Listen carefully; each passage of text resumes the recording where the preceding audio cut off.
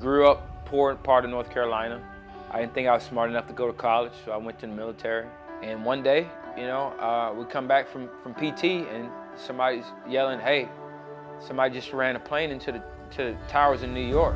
I'd raised my right hand. I'd sworn that I'd protect this country. That's the first time where I felt like, okay, hey, my country might ask me to cash this check, you know. Sure enough, you know, 2 years later, Iraq 2003. It made me grow up a lot, you know. I lost my grandmother while I was in the war, couldn't come home, go to war for the second tour. Afghanistan, a little bit tougher. Third tour, Kandahar. That's the Taliban's, like, that's their sweet spot. Third tour is a charm.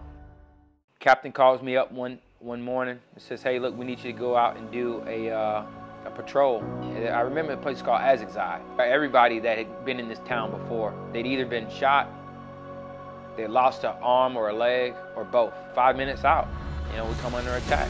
We're fighting them off, and I step on an IED. 8 days later, I wake up in the United States with my mom and my wife at the bedside explaining to me how I lost both my legs.